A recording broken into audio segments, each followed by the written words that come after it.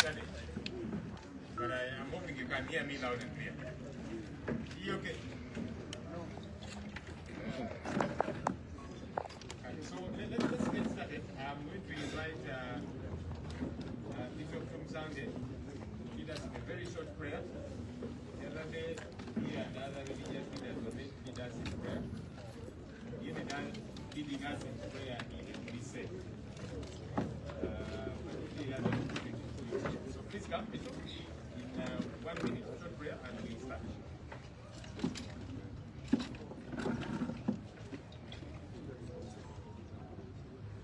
Let's pray.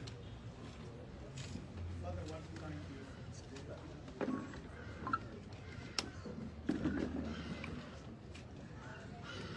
Just commit ourselves. Father, we pray whatever we are going to do today. Father, let your hand be upon us. Pray for all the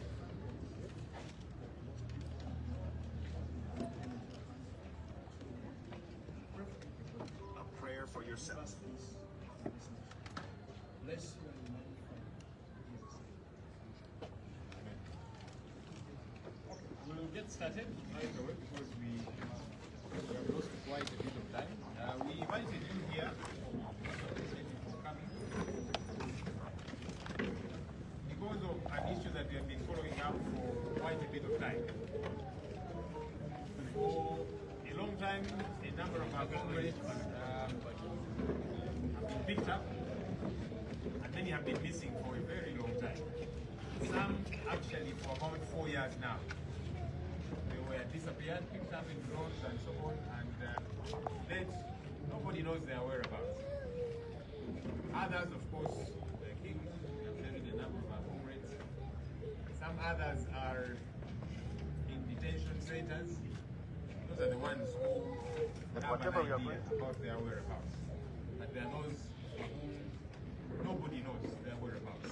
Recently you saw the chairperson of the Uganda Human Rights Commission, Muwonge, and her team. They released what they called a report about the cases that we have referred to them. And they said, yeah, some of these people have been discovered where they are. About 12, she said. Those ones, they know where they are. Others, about 18, she said, those, they also don't know where they are. They're still trying to trace them. And then, they said, no, others, these people are telling lies. These families don't exist. These individuals don't exist. And for a few that exist, the families are not interested in following up these matters. We decided to call family members, some of them. We told, no, these others are a bit far. They've not been able to come, but those that have been able to come, we decided, let's present them to you here. So that hopefully Muwonge can have a bit of shame. Because if she's saying some of these families don't exist, and then she was saying some were contacted and they said they are not interested. Well, they are here and they're going to speak for themselves. And when we are done here, we are going to go with them to the offices of Uganda Human Rights Commission and present them to Muwonge and her team. Because we will not allow an old woman to tell lies with a straight face. To say, no, these people don't exist, and then those that exist, they are not interested in the cases. So, after they've told their story and what they have been going through, we are going to ferry all of them and take them to her office and say, these are the people whom you were saying don't exist. These are the people whom you were saying are not interested in following up these matters. That's how serious we are about this issue, because it is a serious issue. For people to be disappeared, and it's business as usual. It cannot be business as usual.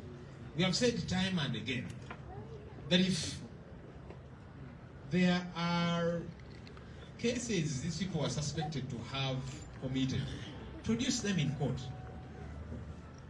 It does not make sense in this day and age to get somebody, hold them somewhere in a detention facility, known or unknown. Some were told are in safe houses, 1 month, 2 months, 3 months, a year, 2 years, and so on. It is wrong. in this day and age. And that's our point. Even for the few whom she said these were eventually released, and so she was saying, no, NUP was telling lies. But you see, if somebody has been released after being held in detention for 6 months, they were not produced in any court. And Wangadia and her team are not even showing that that is problematic. She struggled to condemn that. This same Mariam Wangadia has said before that, you see, it appears you NUP people, you're beaten by security operatives because you provoked them. Before she even conducted any kind of investigation. So it is clear Mariam Wangadia is a biased person. We want to encourage her. If this job is too heavy for you, let it go. There are some more competent people out there that can do this job. Because these are the lives of Ugandans and they matter. And by the way, as we have said time and again, we need to depoliticize this matter. In other words, this matter should cease to be seen through political lenses.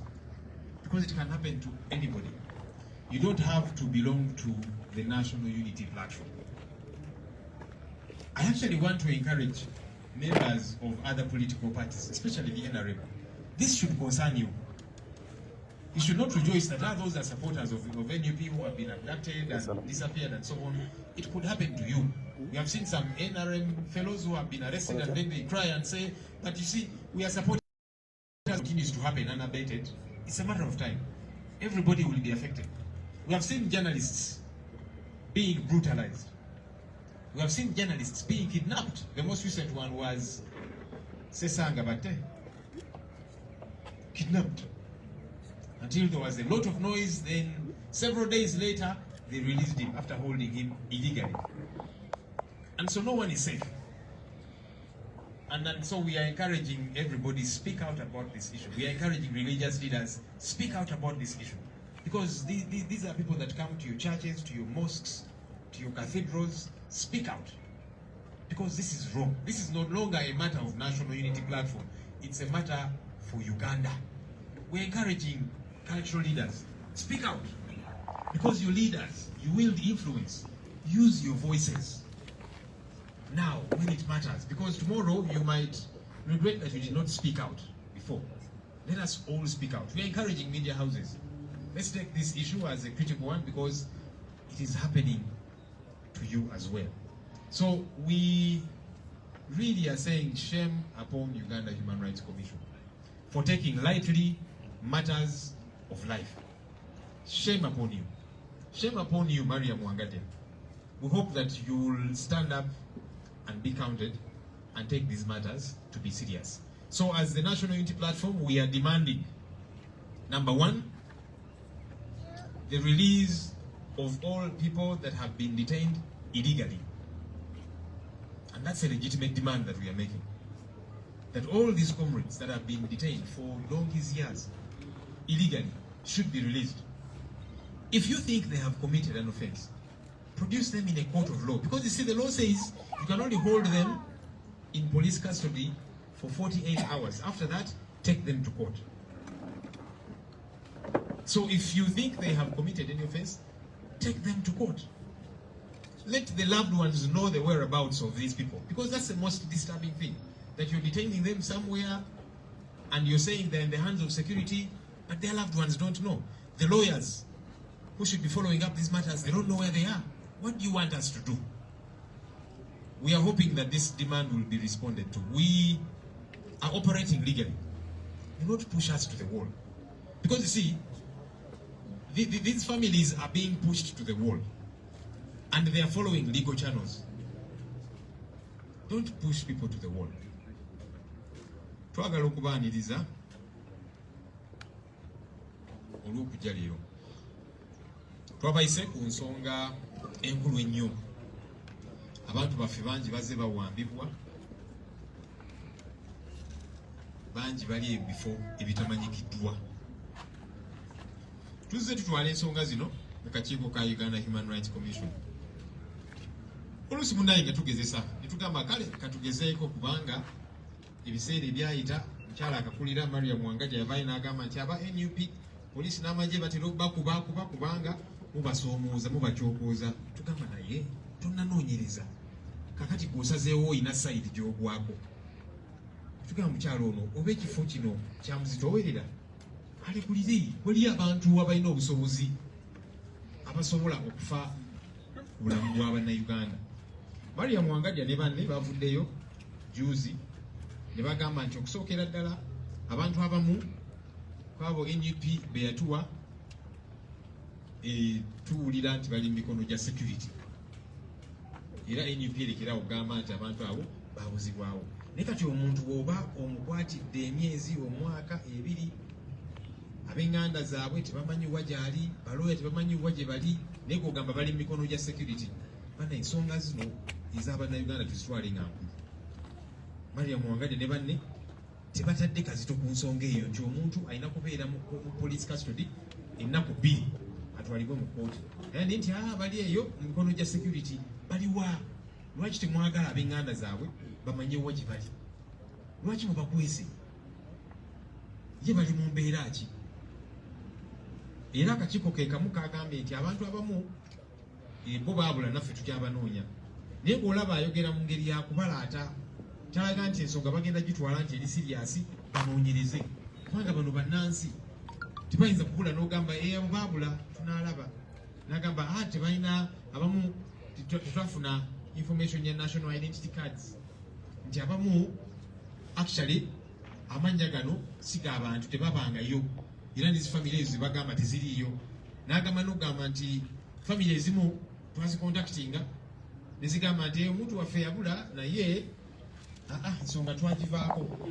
Kakati abantu abo tubaleesereyo balabe bababuulire biki bye bazze bayitamu. Era bwe tuva wano tubatwala ku ofiisi ya Uganda Human Rights Commission, tubatwalire mukyala Maria Muwonge tubugambe be bano abantu bobadde ogamba nti family teziriiyo, nti family ezimu ensonga zino bazivaako. Nalinga agamba nti abagamba kale abantu baffe mubattire eddala oba mubabulize eddala. Nalinga kyagamba katugenda kubasomba tubamutwalire tugaye kakati lekera okwebuzaabuza baba n'abantu bobadde ogamba nti ensonga zino bazivaako. Ffe tugamba nti ensonga eno teri ku just National Unity Platform. Ensonga eno tukubira omulanga buli munnayuganda ali eyo, tewetaaga kubeera memba wa kibiina kyaffe. Ensonga eno ffenna nga bannansi tugivumirire kubanga nkyamu. Munnange nammwe abali mu NRM muyinza okugamba nti ekirungi aba NUP abo babanyigirize. Enkya bajja kukwata naawe era ng'obanyiizizza oba ki, kubanga tuzze tubalaba abamu nga wa NRM bamukutte n'agamba yiyi lwaki nange mumbonyaabonya, nze nawagira muzeeyi namunoonyeza akalulu. Munnange obumenyi bw'amateeka kasita busigala nga butambula mu ngeri efaanana bw'eti, tewali ali safe, tewali. Tuzze twogera tutulugunya abantu kati n'ennaku zino bakuba bannamawulire. Munnamawulire akutte kamera ye, buli kimu kiraga nti ono munnamawulire azze kukola mulimu gwe, ne bamukuba emigoba nte.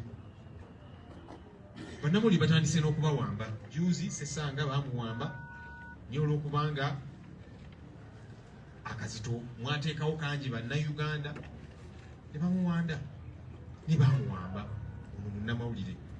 So ensonga eno tukowoola buli muntu ali eyo tugivumirire.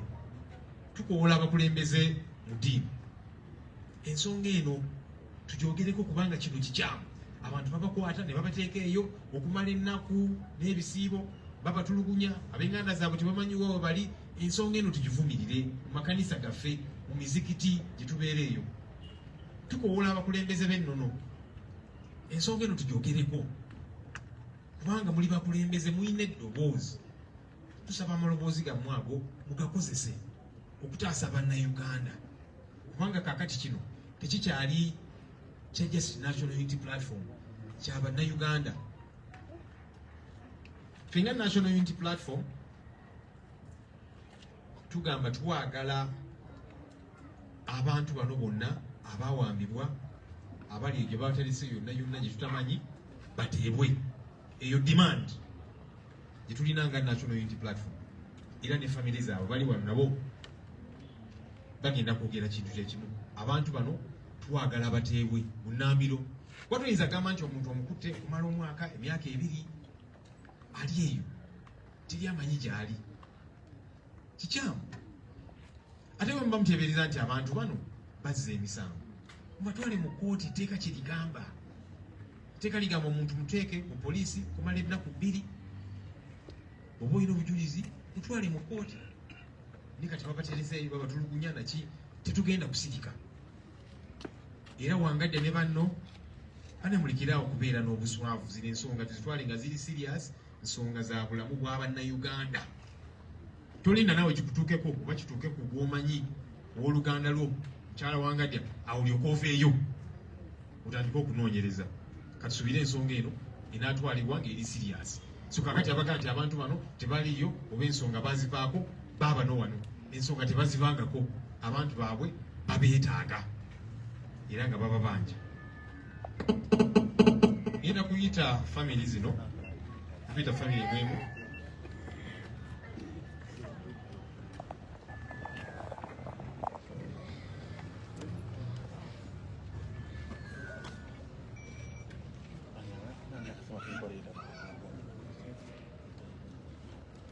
Okay, so twice the families ez'abantu bano era nga bwe tubagambye abamu bali walako, oli abanatwegattako naye abasinga we bali wano era nga bagenda kweyogerera biki bye bayitamu era basigale nga babanja abantu baabwe. Tetwagala mulowooze nti ffeffeka ababanja abantu baabwe ab'enganda zaabwe we bali. Kampite Secretary General ajje asooka ayogereze ku ezo ensonga, then tuyite abantu bano. Thank you so much, Honorable Senyonyi, and all the families that are here today. I decided to speak before the victims so that I can also add some of those issues.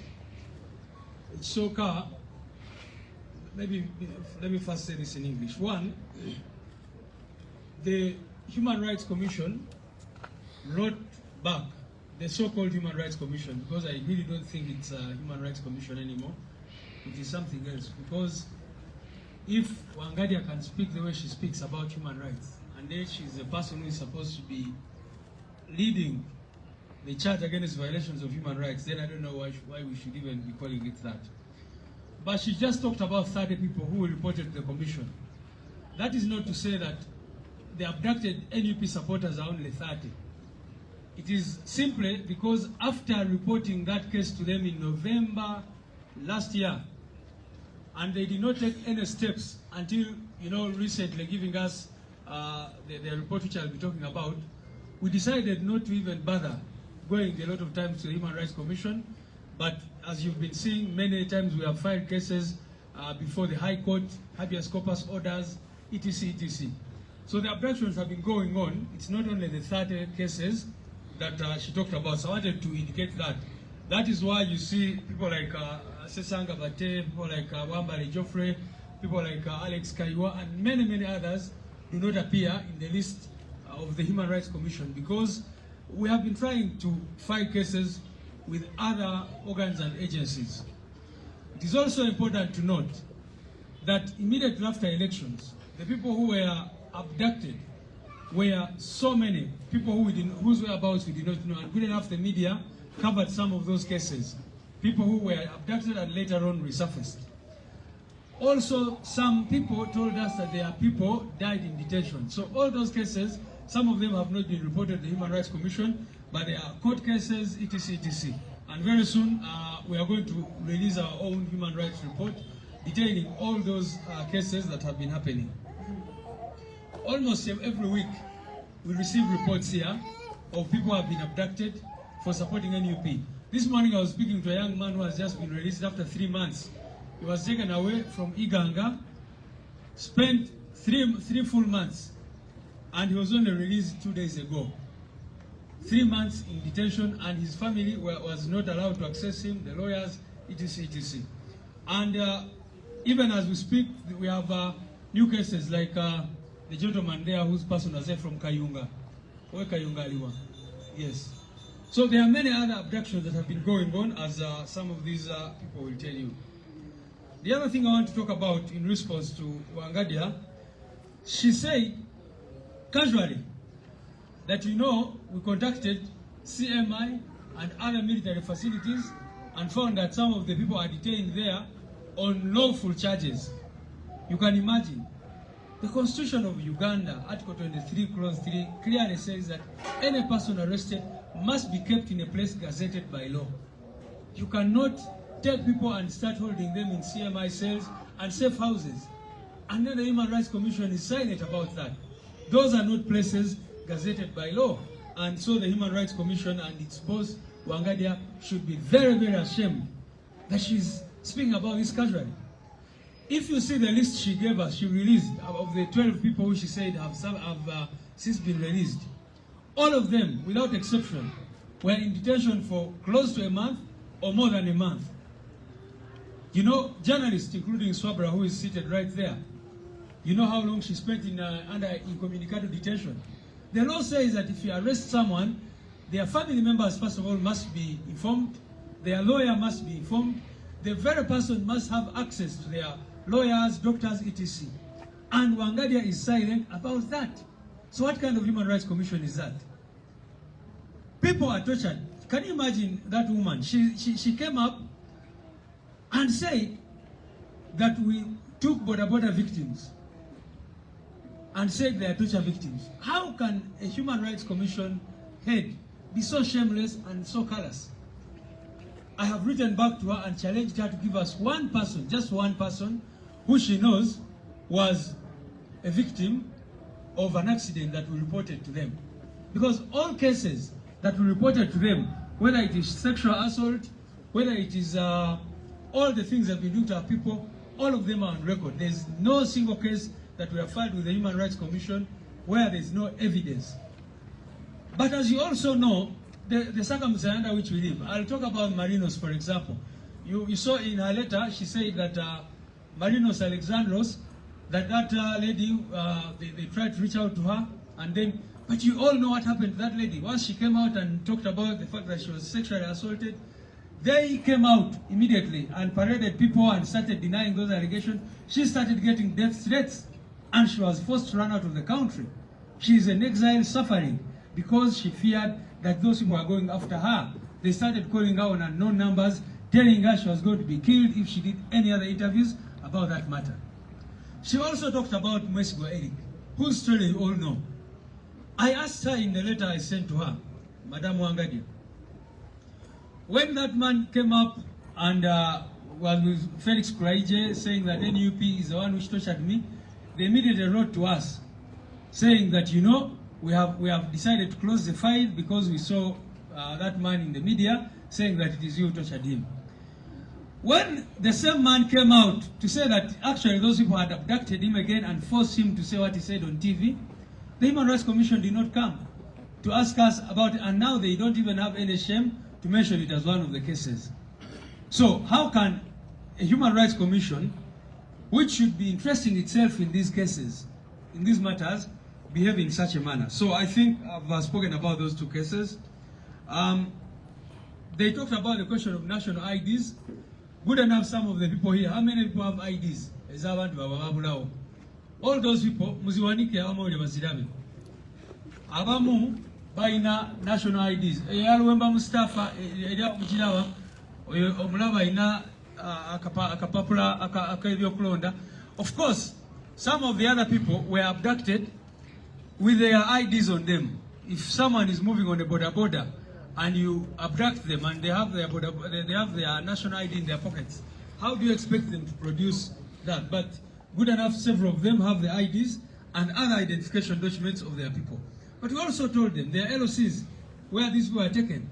Let them go and ask those people whether those people did not exist there. So the Human Rights Commission is not just, she's just taking it very lightly, because the Human Rights Commission, if you look at Article 51, 52, 53 of the Constitution, should be a very, very serious body. We should have seen a public hearing about this matter. They should have invited witnesses, people who saw this were being taken away. It is a very, very serious issue, which Wangadia and her people have decided to take very, very lightly and certainly in a partisan manner. So finally, I'll say the 18 people, of course, who she says are still missing. As I said, there are many more than 18. Some of them are here. They are victims. They are family members. but those 18 people, we demand for them. I saw her saying that she has closed the files of those people. How shameless. So we are, like Honorable Senator said, we are taking these people to tell Wangadia, do not close these cases, because our people were taken away in broad daylight by the military, by security operatives. Everybody saw those who were being taken away. So their family members are here, and that is why they are going to be telling Wangadia. Some of the people are here good enough. She said that, for example, they will speak for themselves. That, you know, we tried to contact some of them and they said they are no longer interested in these cases. How shameless. They are here, they will speak for themselves. And we are taking this vote to the Human Rights Commission so that they tell us who they contacted, because these families have been suffering, moving to every prison, moving to every police station, looking for their people. So I don't know if I should summarize that in Luganda a bit. Onakulwalero tuli wano mwebalenya abamawulire okujja nga bwemanyi ensonga y'ekiwamba abantu kyagenda mu maaso mu ggwanga kyanaku nnyo nti gavumenti oba regimu ya Museveni esazeewo okweyisa bweti. Sisuubira nti ne regimes ze boogerako ze batera nnyo okukolokota nga bagamba zaali zivayoletinga eddembe ly'obuntu tizaatuuka ku kintu kino kye bakola mu ggwanga lino. Juzi mutulabye naffe nze ne Honorable Senyonyi nga batuteeka mu drone amagye nga gajja nega, you know, you wonder what kind of state we are living in.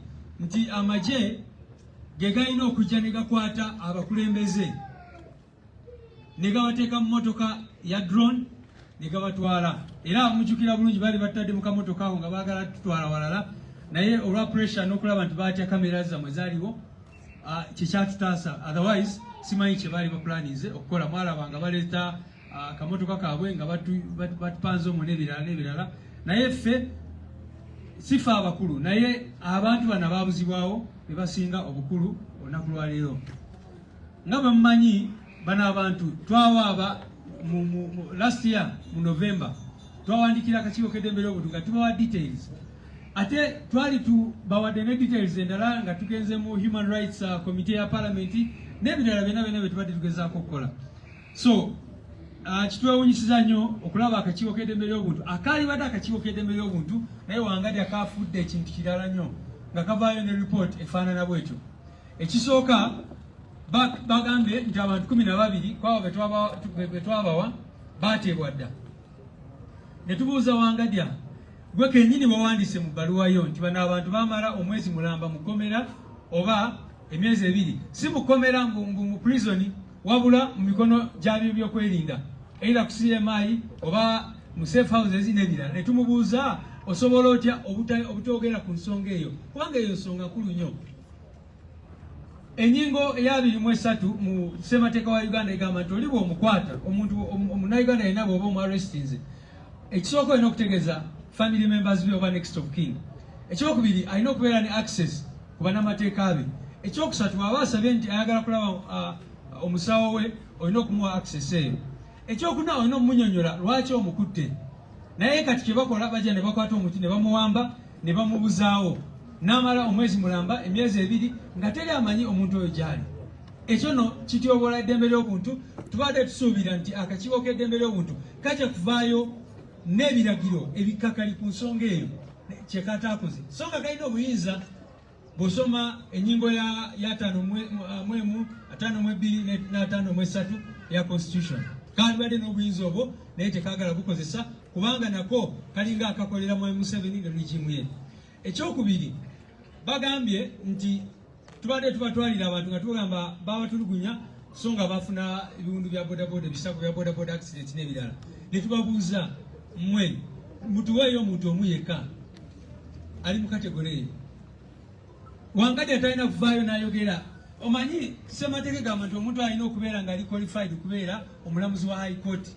Naye kati omulaba engeri gye yeeyisa ne weewuunya ng'ali mu kubalaata, ng'ali kubalaatira ku bulamu bwa bannayuganda bannansi. Ensonga eyokusatu gye baayogeddeko nti bano abantu baffe be tugamba nti baabuzibwawo nti tebaleeta ndagamuntu. Ekirungi abamu baziina wano era bagenda zitwala ku kakiiko k'eddembe ly'obuntu olunaku lwa leero. Naye abamu baabakwata nga baziina. Oli bw'aba atambula ku booda ng'alina national ID kati novaayo n'otugamba nti ate tukuleetera ID kikyoba otegeeza ffe twabagamba abantu abo bonna gye baali waliyo ba LC waliyo abantu abalala bagende babuuza abantu abo bonna babamanyi tibaaliyo. Ensonga y'okubiri nawulidde agamba nti tetwaleeta bujulizi bwa tocha. Bano abantu oli bamutwala ne bamutwala mu CMI ne bamutulugunyiza eyo nga Masereka bwe bakola n'akoma wano n'ebisago n'ogamba nti agende aleete obujulizi ku muntu eyamutulugunya. Kikyoba otegeeza simanyi bamutegeera bannange nti oli bamutulugunyiza mu safe house kati addeyo agende identifying omuntu eyamutulugunya agambe eyamutulugunya ye gundi ne gundi ng'abantu abawamba abantu mubeera mubalaba buli lunaku n'abasirikale abatukwatira wano juzi mwabalaba abasinga baali bambadde ebikookolo nga tebaagala faces zaabwe abantu bazirabe. Kati n'ovaayo n'ogamba nti gwe akakiiko k'eddembe ly'obuntu oyagala obujulizi bane abatokyalinga n'ebirala bwe bityo. So kyo nakyo kyabwewuusa. Njagadde n'okwogera nti abantu 3 be boogerako batono nnyo kwabo abaze bawambibwa. Abo 3 just be twabawa naye nga bwe muze mutulaba abalala tubatwala mu high court n'ebirala byonna bye tuba tugezaako okukola kubanga kati you can imagine bado twabawa omusango mu November last year batuzeemu after 1 year lwe bakoze report yaabwe etaliimu makulu naye after 1 year era nga basuubira nti buli lunaku tujja kuba tugendayo nga tebagenda kukola kintu kyonna kyonna ku nsonga ezo. Mubawulidde nga boogera ku Marinos ne bawa example y'oyo omukyala eyakwatibwa n'avaayo n'abyogera. Mukimanyi bulungi oyo omukyala bwe yavaayo batandika omutiisatiisa okumutta era n'adduka mu ggwanga ali abonaabona olw'embeera. Kaakati oyo omukyala waali ku ssimu era leero njogedde naye ku makya nemubuuza baali bakubireko ku ssimu n'agamba nedda tebankubirangako nange mbadde nninza ensonga zange kumanya omusango gwange gutuuseewa. Tebamukubirangako ku WhatsApp tebamukubira. Ate n'ekirala kye tubabuuziza ffe nga NUP fe bawabye emisango bogamba nti onoonyeza mukyala Kibalama n'otamufuna lwaki towandiikira NUP nemukunoonyeza kubanga NUP ebanga yaleeta omusango bano baba bajulizi lwaki totucontactinga nemutugamba nti omuntu ono noono tebali cooperative ffe netuba kati bwe tubayise olunaku lwakyo bali wano olunaku lwaleero. So lwaki bamala omwaka mulamba ne bavaayo ne bagamba nti abantu abamu tebali cooperative. Ensonga ya Eric Mwesigwa bajogeddeko naye mu bbaluwa yaabwe mu ngeri y'obuswavu nnyo. Njagala bategeeza nti oyo Eric Mwesigwa bwe yavaayo nga eri ne kulaije n'agamba NUP simanyi erina drones yamuwamba biki bawandiikirawo ebbaluwa olunaku olwaddako ne bagamba katulabe Eric Mwesigwa ng'abeegaana naffe omusango fayiro tugiclosing tugigaddewo. Bwe baamala okukola ekyo Eric Mwesigwa nyini n'avaayo n'agamba nti amagye ge gaali gamuwambye ne gamufosinga okwogera ebigambo ebyo tebaddamu tebaddamu kuwandiika ebbaluwa yonna ekiraga nti bali partisan bakolera regime ya Museveni, which is very very unfortunate. Finally bano abantu baffe abasinga baatwalibwanga ensi yonna eraba kye twali badde tusuubira mu kakiiko k'eddembe ly'obuntu kwe kukola public hearing, public inquiry nga bwe mulaba nga waliwo akakiiko kanoonyereza ku bubbi bw'amataka oba ki newankubadde reports ezo tezirina kivaayo twali tusuubira nti akakiiko kagenda kukola public hearings kayite abantu bonna ababuzibwawo abantu baabwe kayite witnesses abaliwo nga babatwala bonna baveeyo boogere ku nsonga ezo kawe ebiragiro kubanga kalina obuyinza mu ssemateeka kawe ebiragiro kagambe bano abantu bateebwe ate ne family zaabwe ziiribwe kubanga abantu bano you can imagine.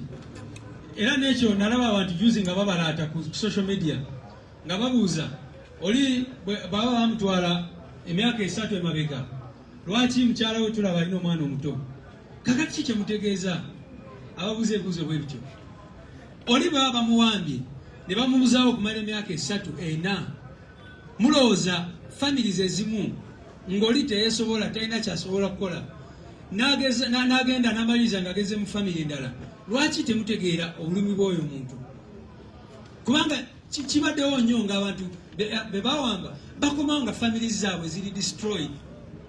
Kibaddewo nnyo naawe bennyini abaali kyotera bwe bakomawo nga bamaze okubawamba ne babatwala for like 9 months bwe bakomerawo basanga abakyala abamu bagenda dda bafumbirwa dda n'ebirala bwe bityo. So abo abantu ba regime aboogera ebigambo ebyo Mukama abasonyiwe. Kale kati I think I should hand over back to you, Honorable Senyonyi. Tuyite bano abantu boogereko eri eggwanga. Webale nnyo.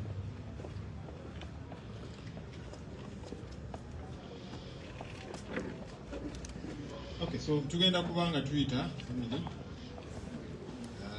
je emuli ebuulira omuntu waabwe awambibwa atya era batubuulire oba akakiiko ako aka Uganda Human Rights Commission kaali kabakontaktinzeeko either ne bagamba nti omusango tetukyagwetaaga oba twabivaako.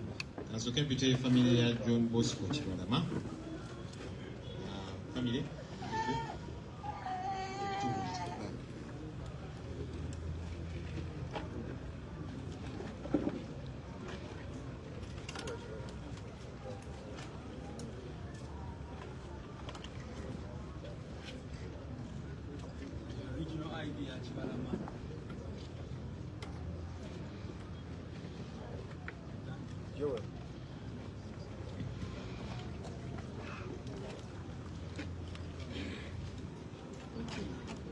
Thank you very much. I'm by the names of Nakera Monica Shibalama, the wife to the missing Shibalama John Bosco, and I think I'm not alone.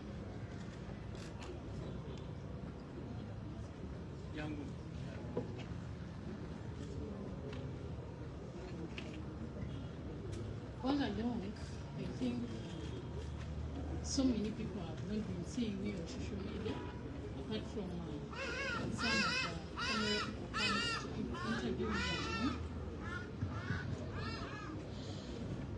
Mr. John Bosco Shibalama went missing in 2018, that was on 3rd June. He left home, and I think I've been telling the same story. I've been repeating it again and again. He left going to Makerere University to finish up with his research, and on the way, we don't know what happened. They just informed us that they found the car abandoned on the road. And we went to so many police stations. We went to CMI, we went to CPS, we went to Chibuli, we went to Kasangati, because Kasangati people are the ones that called our chairperson, who came at home, and we were telling him that they found the car abandoned because all the IDs were in the car. From that time, I think I've moved so many places. And surprised because I watched on the news of, I think it was Monday, when Mrs. Nagaja was saying that Wangaja, that they have received 12 people under 18 and nowhere to be seen. And I think my husband was included. And from there, I've been hearing that they wrote to me or they called me when they want to know about my husband's details and what, and I told them I don't need to know.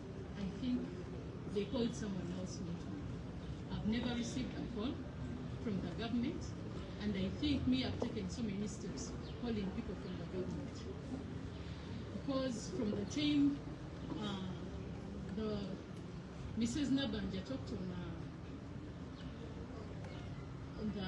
on the media that they have Mr. John Bosco Chibalama, I think even me, I contacted Nabanja herself. And I'm very surprised to see that the government is saying that they don't have Mr. John Bosco Chibalama. And it was the same government that came out saying that they have John Bosco Chibalama and they are going to bring him to court.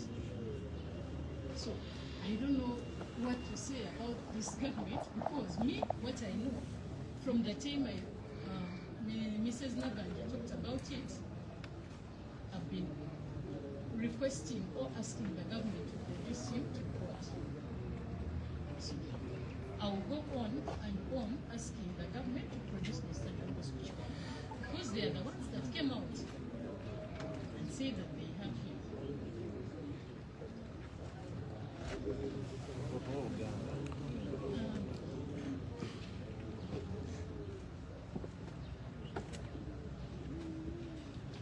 Amanya gange nze mukyala Nakera Monica Kibalama, ng'ensonga etulese wano olwaleero y'ensonga y'omwami wange, mwami John Bosco Kibalama. Tumaze ebbanga nga tumunoonya, yabuzibwa yavaawo ng'ennaku z'omwezi 3 ogw'omukaaga mwaka 2019. Okuva awo twetoolodde mu bitongole bingi, ku police stations nyingi, batusindise wangi, abo n'ababbi babaddemu, abatufeze ssente babadde bangi. Twalemererwa okutuuka ku Mwami John Bosco. Naye twali lumu ku TV mukyala Nabanja n'avaayo n'agamba balina Mwami Kibolima John Bosco era n'ensonga ez'okumuvunaana, simanya yatta abasirikale aba police stations. That was last year. Naye ate kyatwewuunyisa kubanga ye yali yabula mwaka gwa 2019 of which bye yali ayogerako byali bya mwaka guwedde. Ffe ekyo tetwakitwala nga nsonga nkulu, kye twali twagala, twali twetaaga muntu era amuleete mu kooti naffe tuwulire omusango gwe bamuvunaana. Naye okuva olwo kyatulemerera kubanga nange nga nze nasobola okufuna essimu ya mukyala Nabanja ne njogerako naye, ne engeri gye yanziramu twakomaawo ng'alabika tayagala kumanya. Kati kyanneewuunyisiza okulaba ku mawulire nga mukyala wa Ngajja agamba nti baatukontaktinga oba fayiro z'omwami wange bagigaddewo, bwe baatukontaktinga netubagamba tetwagala kumanya. Simanyi oba yawandiikira ani yandikitereezezza bulungi kubanga nze nga mukyala Kibalama sifunanga bbaluwa yonna, oba sifunanga simu yonna, oba sifunanga message yonna empita nga bampita ku nsonga za mwami wange. Ngezezzaako ebitongole bingi, aba CMI baani bampitanga, naye ate ekitongole kya human rights tekimpitangako era nsuubira nange sikifeesingangako. Kati bwe bagamba nti twagamba tetwagala kumanya bya mwami wange ng'ate tumaze ebbanga nga naffe tugezaako bakontaktinga, batulaga tebamuyina, ate nga be bamu be bavaayo ne batugamba bamuyina n'emisango gye bamuvunaana. Twalinda nga naffe twagala okumanya kooti etuula ddi, era nsuubira nakubirako ne ku leader of opposition ne mugamba nsaba onsinkanireko mukyala Nabanja omumbuulize ku bye yayogedde, njagala okumanya kooti etuula ddi sobole okumanya misango ki gye bavunaana omwami wange. Era yakikola kubanga yali ku floor of parliament n'amubuuza buli kimu era nalaba baavaawo mu ngeri etaali nnungi. Gye saamanya gye byakira kubeera yasaba ennaku ezimu atuwe report. Up to now sinafuna report. So nsaba batereezemu mukyabwe era nze nsigala Manja. Yagambye abantu abamu tebaliiyo, teba-existinga. Mwami Kibalama John Bosco yali registered, ayina national ID, ayina passport y'eggwanga lino, ate ayina family, ate ndi mufumbo nina n'ebiwandiiko. So simanyi lwaki ayogera nti abantu abamu teba-existinga. Tetusobola kumala bbanga nga tunoonya omuntu n'otuwa such a report. We are people who have families with kids and they watch that news. Don't make our kids suffer. Don't make them cry. Don't make us cry. We know what we have been going through, so don't give us such a report. Our kids love seeing their dad. Please just help us. But speak things that make sense on social media because they are educated and they know each and every language. So don't just speak anyhow. Thank you.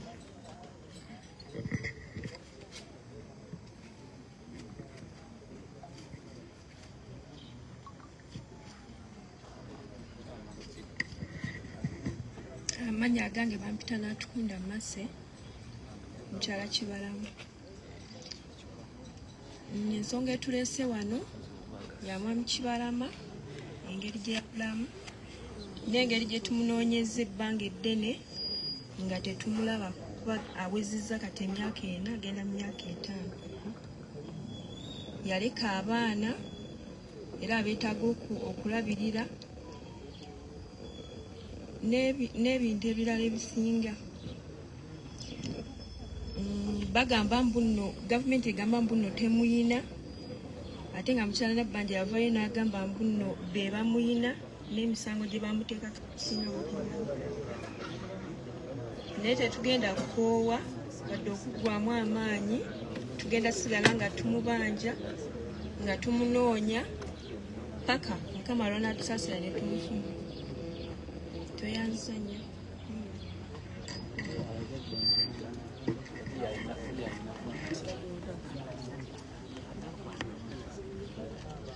Kale, era nga bagambye Robina Nabbanja manyi ayogera nnyo. Ayogera nkakasa n'ekyo bamunenya oyogedde byaki. Lwaki obabuulidde ayo mazima nti tumulina naye yabyogera. Kaakati Robina Nabbanja John Bosco Kibalama gwe wagamba nti mumulina eyo nga alina n'emisango gye yazza mumuleete mu kkooti. Okujjako ng'ogenda gamba nti mu kaseera ako wali oyinaawo babyokozesezza nga toliiko ng'ovuddeko. Ekyo nakyo tukitegeere nti Nabbanja olumu atera n'avaako n'amala gayogera byatategeera. Okay? Naye ffe tukakasa nti byayogera byali bituufu. Kitegeeza John Bosco Kibalama bamulina bamuleete mu kkooti, famire ye etegeere nti kaakati wuuno wano ba following up. Kampite famire ya Damulira John.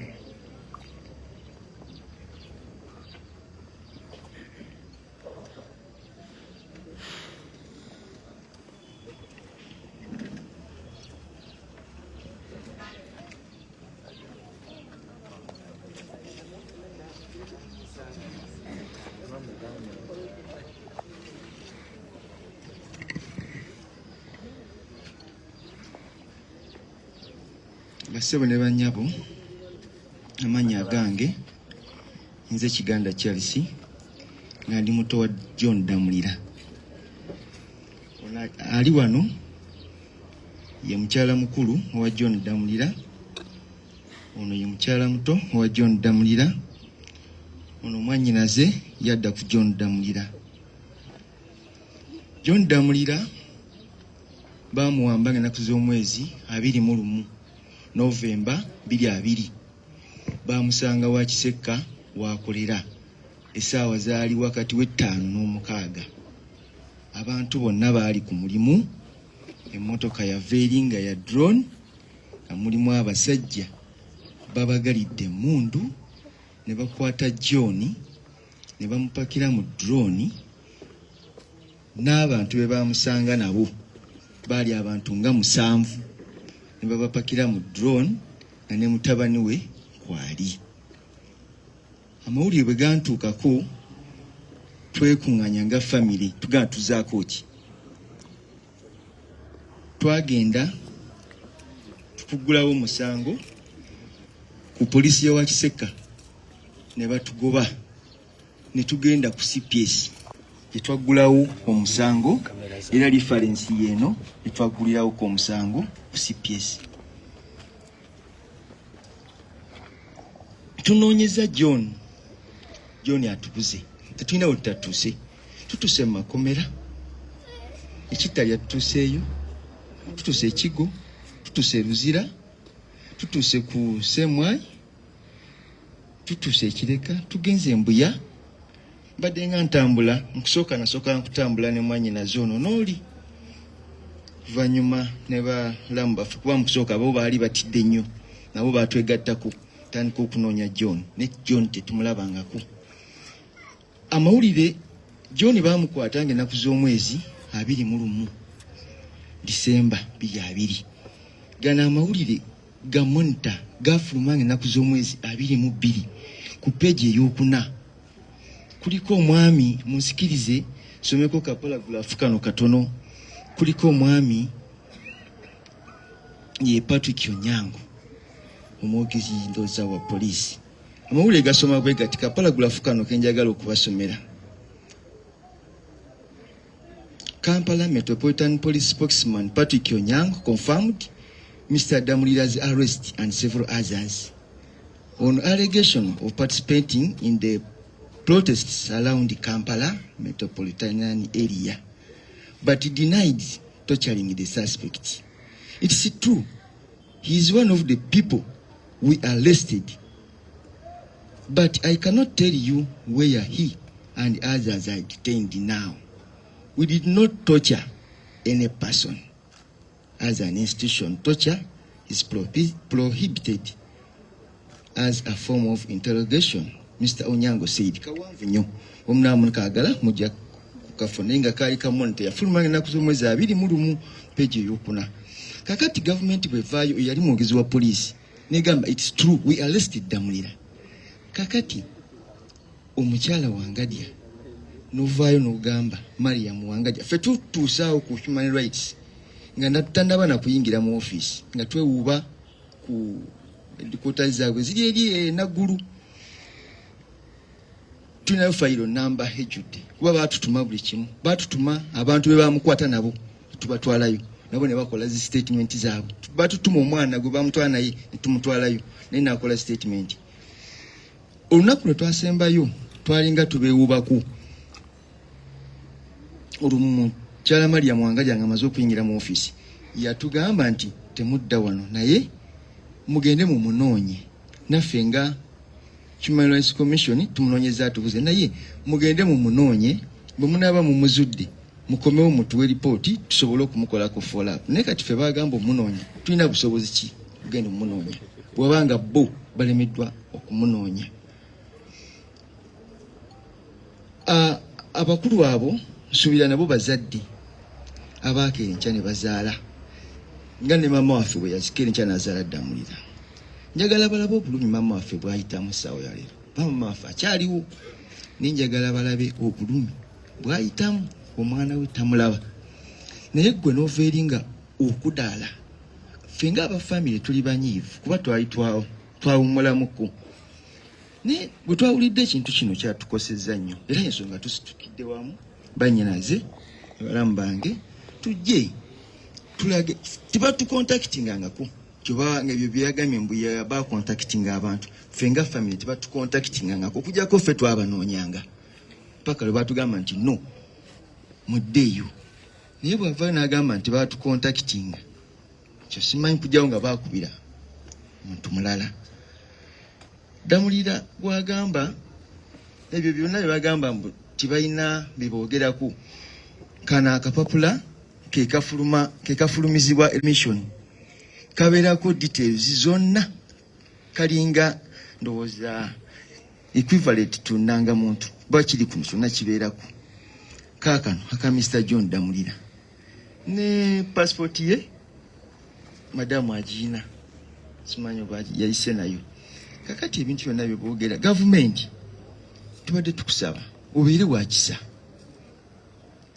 oba oyogere nti abantu abo baafa tukimanyi singa lwonodda onogamba nti abantu temubamanyi abafamire bazannya katemba oyogere ti ekintu nti abafamire tuzannya katemba twekobanye tuzanye katemba twegamba olaba nga tekiriyo tekijja bali badde batubuulira ekintu kyoba omuntu wamwe yafa taliyo tukimanya kati basebo ne banyabo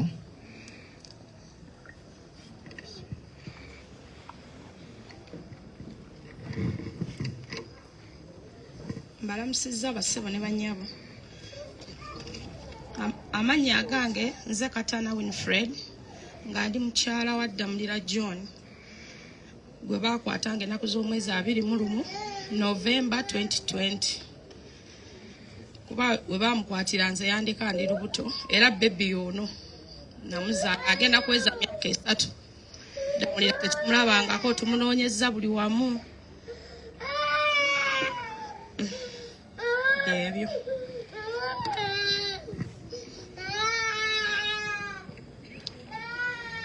Malamusizza mwami n'abakyala amannya agange nze Sarah Damulira John noonyeza omwami wange Damulira John ambuze buli weetaagisa wonna bonna damwambuze naye abamukwata ne boogera nti bamuyina Museveni ayogera n'amusoma n'agamba ayina Damulira ate olwatutayo n'agamba ate simuyina mwami tetumunya tumukwatangako naye tumusaba bwaba gye yamuteekayo n'atuyamba atujjuza omwami bati yalina musango bamugulako omusango naye ng'amutulazeeko naye okubala bamujja ku dduuka paka olwaleero tumukuba nkobadde eriiso naffe tulina obulumi atusaasire byegambe byaffe mpozi bali nakyenerabidde kye bagamba nti abantu tebaliyo bajjeko wakiseka Damulira waakolera babuuze abasuubuzi kuba Damulira teri atamumanyi wa kiseeka yonna ne bw'otandika akatale gye katandikira paka gye kakoma ng'obuuza Damulira banoonye information ddala Damulira yaliyo oba teyaliyo. Bwe bavaawo bagende ewakuleekaana Busalama Road wali amakaage babuuze abatuuze Damulira yaliyo oba taliyo. Bwe bavaawo tuzaalibwa Masaka tuli beggulama bagende ku kyalo waffe okuva lwe ekyalo kyonna kimanyi Meruka gyonna egyetooloddawo gyonna gimanyi Damulira kuba kwe yazaalibwa kwe yakulira. Babuuze babalega nti bamukweka balabika abantu baabwe gye bali mu maka gaabwe batudde entende. Abantu abo simanyi na kumanya kiki kye baagaza ggwanga. Kale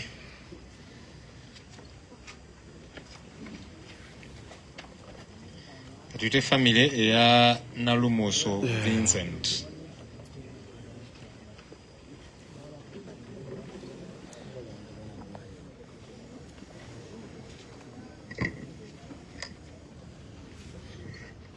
Amanya gange yenze Kato Julius muganda wa Nalumuso Vincent.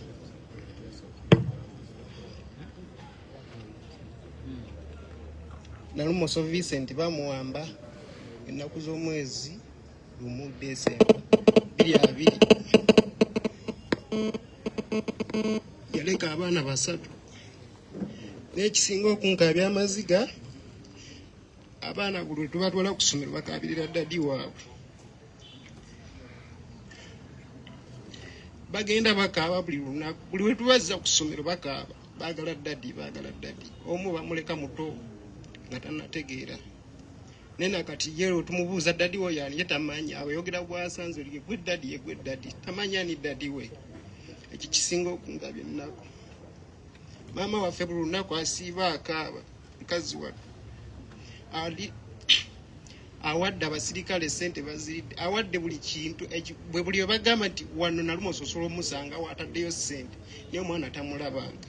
Nakati essaawa ya leero nalese bali mugamba nti waliwo we tusuubira mukazi wattu ali kukwata ka ssente basaasaanya.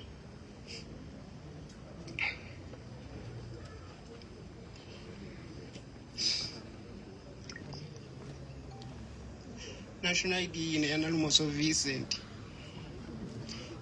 Ekyankabiza nnyo nga ndaba omukazi oyo ku mawulire ng'ayogera ne ngamba yiyi singa oyo mukazi abadde asobola otuuka buli wamu nagenda ng'alaba ekintu ekyo kyagenda ayogerako. Namutunuulidde omukazi omukulu ng'ayimiridde mu maaso gaffe abaana abato abasobola okutunuulira ensonga eyo netunaffe ne tugyekkaanya n'atasobola kujja kwekkaanya kintu ekyo kyayogera nga tasobola nakirumiriza mu bantu.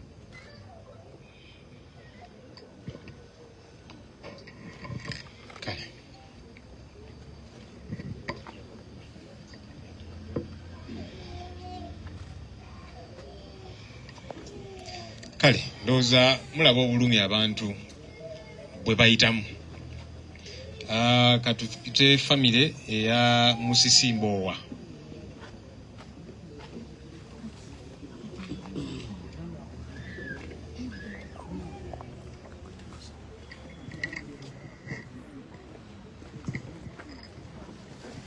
Balamusizannyo bassewo ne bannyabo.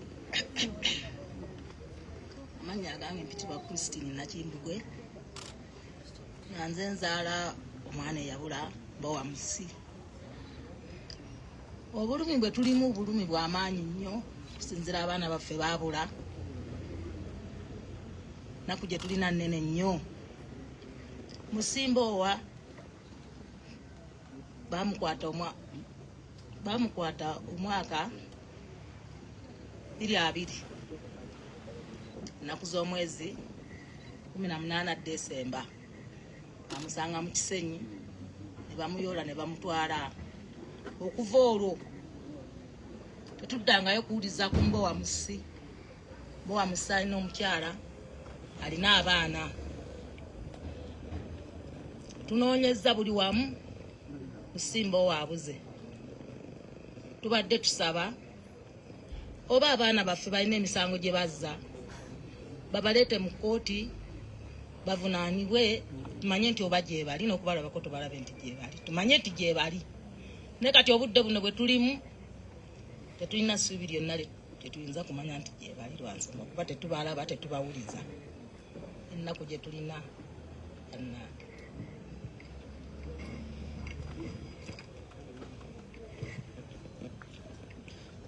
Tuyite family ya George Kasumba.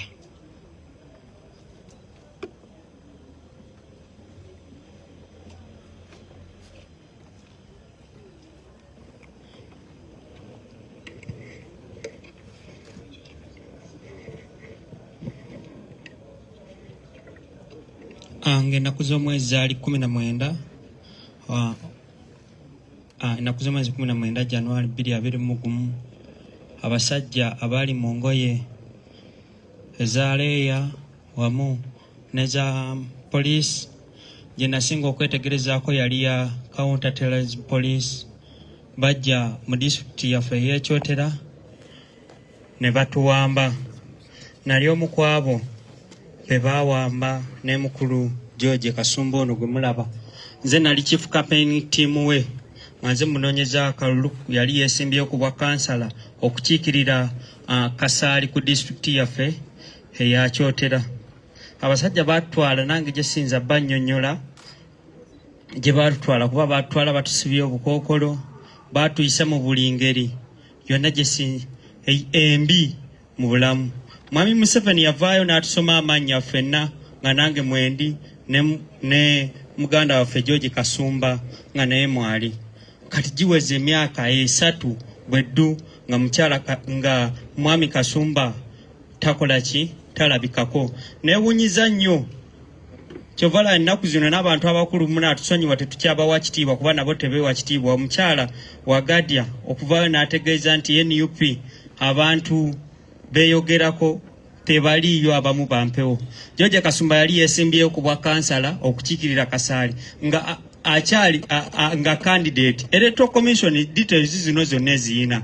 Bw'aba agamba nti Kasumba taliyo era wampewo, Electoral Commission kuba abudde we baatuwambira yali yeesimbyewo nga kansala era nga contestinga. Electoral Commission details zizina. Maama mukadde azaala Kasumba yakubwa stroke nakati ali kundiri tavanga olwa ekikangabwa n'ekyekango kya mutabaniwe. Tubadde tusaba mwami Museveni wamu ne gavumenti yene n'atera okuwunzikibwa abaana baffe etuyambe buyambi kubanga bwe bawanga mukyala wagaddi omukazi omukulu agamba nti abo abaana abantu tebaliyo. Nze omu ku bo ba victim be batwala mu safe house twamalayo ndooza emyezi 9. Nze byange byonna byaggwawo byonna sikyalina na kimu. Nasanga bibiddolo olwa gavumenti kino kigavumenti kyannakyemalira waakuno. Nze nsaba era nga neegayirira bagane kulabya abantu baffe ennaku. Tusaba abate abantu ate balina musango nga balina omusango gwonna gwe babateekako babatwale mu mbuga z'amateeka. Ffe be baatuta batutwalira mu bukookolo era bwe baali batuta batutera mu bukookolo. Nze bansuula ku kyalo kaliisizo wali ne bankuba tteke nenva mu drone n'engwa wabweru. Tewali kyaje ezi zonna zibaatuteekako. Twasanga bazadde baffe bawaaba omusango mu High Court e Masaka nga sabawolereza wa gavumenti yali yagamba nti ffe tetuliiyo era tulimba. Bw'atyo kooti y'e Masaka n'esingisa gavumenti omusango naye nakati bagamba simanyi okuliirira bye sitategeera tebatuliiriranga. Simanyi ne gye byakkira saagala kumanya kuba n'ekigavumenti kyabwe kinaatera okugenda. Kyembadde nsaba era kinga kyensembyayo nsaba akakiiko k'eddembe ly'obuntu akeeyita ak'eddembe ly'obuntu kubanga singa kaali kaddembe ly'abuntu singa ffe kaatunoonya dda kuba ndi omu ku bo ba victim ne tubawa obujulizi detail kuba Kasumba ono twagenda naye ne tubawa details biki na biki ne tekatunoonyangako yadde okubaako nekyekakola ki kyekatubuuza ate kati bwe kavaayo ne kagamba nti NUP beeyogera erimba ndabanga bo be balimba. Kyembadde nsaba gavumenti z'ewabweru naddala ab'ewabweru bafeeyo bwe babanga bino bye biri mu Uganda tebaddamu kuvujjirira nakyemalira waakuno kubanga bino byatuusa ku baana ku bantu. nze sikyalina kyentya kwogera. Nafiira omwana bwe baali bankwata nga bajja mu nju yange okunkwata nagaana okuggulawo ne baasa endabirwamu ne bakuba paper spray naye n'omwana nga bakamuzaala. Omwana wange bwe navaayo yamalayo wiiki 2 olw'okuba amawugwe gaali gavunda. Omwana ono nali namubbulamu muganda wange ono nga namutuma Ssenyonyi Arafat. Omwana wange yafa. Kati obulumi bwe nnina ku mutima tokyalina ky'oŋŋamba ku kino kigavumenti kya Mwami Museveni. Ebyo bye byange naye nga Kasumba George Mwami Museveni yavaayo n'amusoma ku lisiti naffe kwe twali n'ategeeza nti yakola ki nti be bamulina. Tusaba bamute adde yalabirira abaana be abato be yaleka n'omukyala kuba abasinga baatya.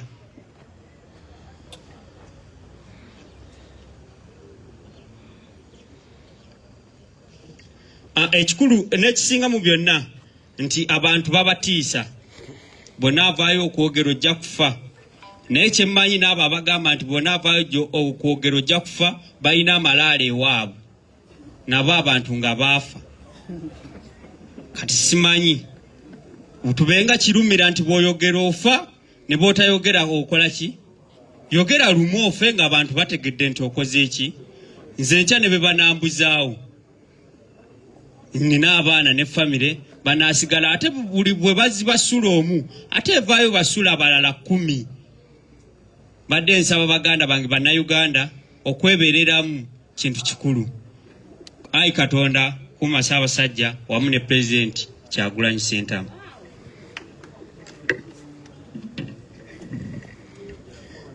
Omanyi bakola ebintu bino nga baagala okunafuya abantu. Naye kye batamanyi nti abantu beeyongera busungu na lo kugamba nti ekimala tubagobere ddala kubanga ebatutuusaako biyitirivu. Katuyite family eya Kalyowa Alex.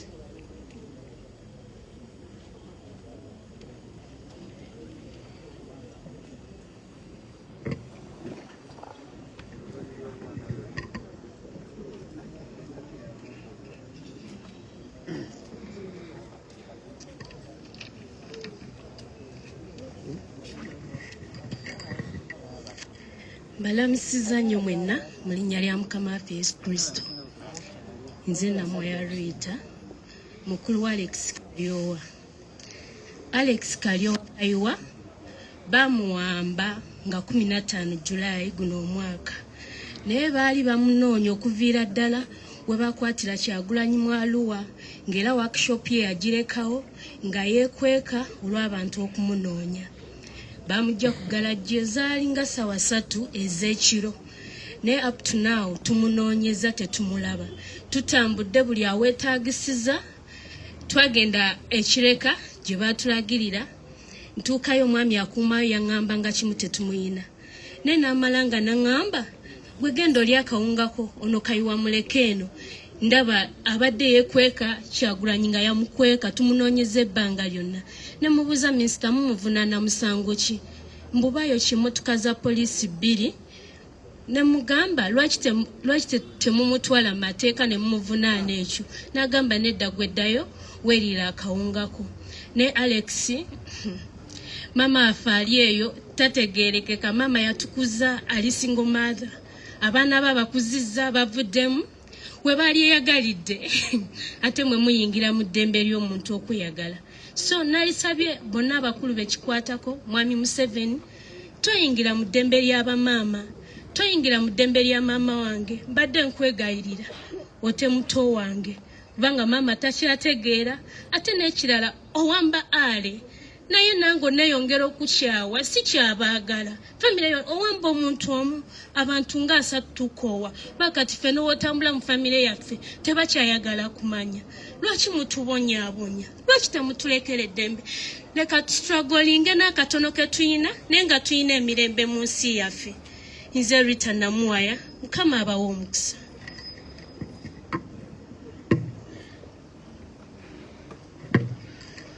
Okay.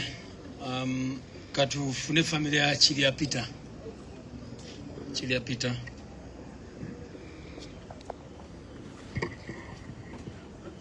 Balamusiza abanyaabo ne bassebo mwebale kujja. Amanya gange bampita Waswa Moses nga ndi mukulu wa Kiria Peter. Kiria Peter bamukwatira Nansana Kyebando yali ava kola ng'ayimiridde awo ku stage ya boda abuza ku mikwano gye. Drone we yajjira omulundi gumu n'esiba ne bakwata ne banne basatu ye n'aba wakuna ne babatwala. Mbandi ewaka ng'omukyala ankubira angamba mulamu nto bamukutte ng'amubuuza akoze eki ng'angamba simanyi naye ndaba piki gye bakomezaawo naye ye bangambye bakoze eki bamukutte. Twatandikirawo ne tutandika okunoonya tugenda ku poliisi ezeetooloddewo ne tunoonya nga bwe otutuuka batugamba tebamulina. Kati omusirikale omu osi n'atugamba nti ffe we tuba tukwata abantu tukozesa patrol na bodaboda webanga drone yemukutte ffe tetumulina abasirikale be bakola ki be bamulina era ne batugoba. Tweyongera okunoonya ne tunoonya paka we twatuka ne tukoowa. Deni we baayitayo emyezi gyalinga 3 mbandi awo ng'omukyala ankubira mukyala we ngamba mulamu muto wankubidde essimu naye ayogedde ekintu kimu n'angamba nze tata Nathani bansibirawa Kitalya. Kati omukyala omu musirikale Kitalya ye yakwata essimu n'amuyamba n'agimuwa n'akubira mukyala we naye omukyala yamugamba n'amugamba mugambe essimu entaddamu gikubako oba bakimanya nti nze njikuwadde okubira abeewammwe nyinza okufiirwa omulimu ate ne banzita n'okukola ki n'okunzita. So Peter bw'atyo bwe yabuzibwawo Desemba ng'ennaku z'omwezi 4 2020 paka saawa zino tetumulabangako naye tusaba gavumenti in fact tetugenda kwegayirira tusaba otuwa abantu baffe kubanga famire zaabwe zibonaabona zeetaaga okulabirirwa n'olwekyo okuwagira omuntu gw'oba oyagadde si musango. Tusaba tusindikira abantu baffe bakomewo kuba baleka families ez'okulabirira. Then ensonga endala aba human rights bankubira ne bansaba okunsinkana. Olunaku lwe bankubira nali siriiwo nembawo olunaku olulala. Omukyalo omu ne driver baavuga emmotoka ne bajja yali gavumenti ne bajja ematuga ku kisaawe ne bansinkana ne banzijako information ne bagenda. Bwe bagenda ne wayitawo omwezi gumu ne baddamu ne bankubira ne bangamba tusaba contact ya mukyala woyo gwe baakwata ne njibawa. Nalowooza nti baba oli awo bagenda kola ki bagenda mukubira tebamukubira paka kati tebamukubira. Kati lwe baddamu ne bampita ne bankubira ne bangamba twagala kusinkana osobola okujja eno ku head office ne mbagamba nsobola. We nagenda walayi teri yanfaako natuula n'enkoowa ne neegoba nga teri annyeze ne neebuuza kati bampitidde ki. N'olwekyo tusaba bannange batuyambe batuwa abantu baffe kuba famiri zaabwe zibonaabona famiri zoonoonese. N'olwekyo bannaye batuwa abantu baffe owatali kakwakulizo abantu be baatwala singa mugamba nti mulina omusango mubavunaana mwandibalese mu kkooti naye tosobola kusiba muntu myaka 3 nga tomuleetangako yadde mu kkooti. Ensonga endala bannaye bannamawulire tubeebaza okubayitanga ne mujja naye ekintu ekimu ekituluma tubawa information naye ate baziteeka ku TV tezijja nga bwe zirina kubeera. Mutemamu ebintu ebituluma bye twogerako ennyo ebituluma ennyo tebabiraga ate ebirala ebitakola makulu bye muteeka ku TV. Nsonga ki? Tweyanziza nnyo mwebale kujja. Kale Hassan Mubiru.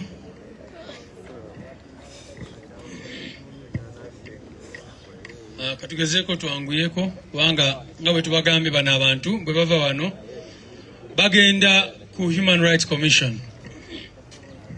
Assalamu alaikum wa rahmatullahi wa barakatuh. Wa alaikum assalam. Amanya gange nze Amina Nalubega. Amanya gange nze Nalubega Amina. Ono mwami wange bamwambe ennaku z'omwezi nga 2 Novemba bajja wakasanga 10 ez'ekiro ne bamutwala ab'emmundu nga bamufunana lwa mmundu nti ayina emmundu ate nga tagikwatangako. Tunoonyeza amakomera yonna tetumulaba. Twagenda ku poliisi ne bagamba abamutwala bajja kumuzza muddeeyo waka paka nakati tumunoonyeza abuze.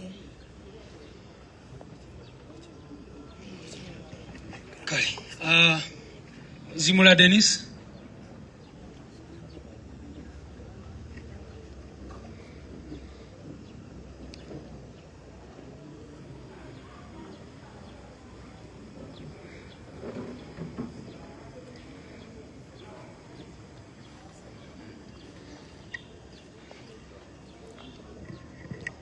People power. Our power. Balamusiza mwenna abali wano bannayimwe bali kujja bannamawulire mbeebaza ne mbasaasira kuba bamuyita mu mbeera enzibu era muli wano nkimanyi ku mukenke mukuwa enkya n'eggulo. Amanya agange nze Nasuna Prosi nze bamma Zimula Dennis. Zimula Dennis yabuzibwawo nga 2 November 2020 okuva ekyebando Nansana bamukwata essaawa zaali 5 ez'emisana. Mukadoni yajja ne parking am wedding center ku transformer. Watada chikanga 10. Ne wajja akamotoka akatono kali ka braka kaita Subaru. Ka parking ate opposite nga wali drone. Kamotoka ako kali kebifananyi ebya M7. Kakati Zimula Dennis averi ayitawo bwati shafiki wakolo Shafiki wako mchawetali wano ne bamukwata kwolo akwata ku motoka eyo akonako bwati bamukwatanga walabe enjuki eziguddemu obejjinja ba Shafiki yali bakujjasene ku mobile money ne bamukwata nabateka mu drone bali abantu nga 6 nabateka mninga wena zibatuni bagenda babakuba ne bateka mu drone ne simbula ne duka ne genda ne bajja wakati bangamba Dennis bamututte nengamba bani bagamba drone emtutte tugenda ku police ne reportinga tugenda Nansana nga tibaliwo twagenda Luzira nga taliyo tugenda ke Mtyana Zimula yabula tunoonyeza Zimula koze eki abuze ne bazannyo abanupu bali nnyo mutubereddewo nnyo omugwe mukola munene tugusiima nange ndi omu kwabo aba commission bakola ki ba contactinga bankubira essimu nali waka ne bangamba oli luddawa ne mbalagirira botuke Nansana atambula boti bomutuka mu training center munkubire okuva okujja waka kumpiko batuka mu training center bankubira ne ngenda mbalabe ne mbabuza mu motoka ki ne bangambe mukayibwe eti kulikana bwezi tojiraba ne ntyamu nga njirabye na mazali za government nenziruka wa secretary yali lunch hour nemga secretary emotoka eri jolengere parking opposite ne police nkubidde simu babuzaawo nnyo abantu mutani wange bamutwala in case wemba missinze mutegeere emotoka ekoze eki entutte secretary biza yali alya mmere nampo wa defense so bami kati yakafa mwami kakumba nemga mwami kakumba nti bankubidde simu sibamanya abantu nemoka hiyo myufu zemuruke nambe myufu nzitya zibuza abantu ningenda naye nemugambe nsoke empisa ngenda mpa statement ku mutabani wange yakola ki yabula kubanga bonna bali well informed ku nsonga eyo netutuukawo balimu abakyala 2 ne baggulawo nembaga abanaye nze ntidde ne bangi ne yajja nembaga nze ntidde namba zino nzitya koba totya tuvudde naggulu tuli alwanyizi baddembe lyaki lya buntu nemuga mwami kakumbo kiwulidde koba tuula konze ntula ne muntu alawa nze nga ntya koba we are just going to park around the mosque there nentula ne bambuuza byonna nemba statement from A up to Z bamaiza ne bangamba kati gwe kikyo badde oyagala nemuga kyensinga okwagala byonna njagala omwana oyo abenga akomezebwawo kubanga tetumanyi whereabouts ate nga bamukwata misana nangamba ino bukafu nemugamba ye obaga proving out genda ku stage ya boda wali obuuze abantu bonna bajja kuwulira byenkuganga byebiki nga byebituufu kati ne bangamba singa government ebekubuuza kyekuwa okisaba ki ne bagamba saagala sente njagala ki njagala muntu ne banga tujja kuddamu tukubire nga wayise ennaku 3 ne bali twanaddamu kola ki kunkubira naye nga bannange mwebale nnyo mwebadde NUP omulimu gwe mukoze tetunafuna abantu baffe tulina essuubi mukama nga atukoze eki atutereddemu obwangu saba Museveni yona gy'oli ebintu byonna birabikugu ebiri mu bbanga ebigenda mu maaso obiraba tuyambe ddala babanga abantu baffe bakwatibwa kituufu tukimanyi tuwulire ennyiike ku mitima tetumanyi wa gye bali bwe mbavunaana emisango gyamuffe gye tutamanyi mubaleete mu kooti tujja kulirwa bwe mbaamu abattanga ddala baafa mutuwa emirambo gyabwe tugiziike tumanye nti tubaziise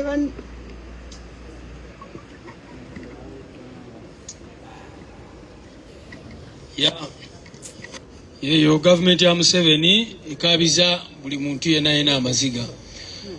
Mbabazi Moses.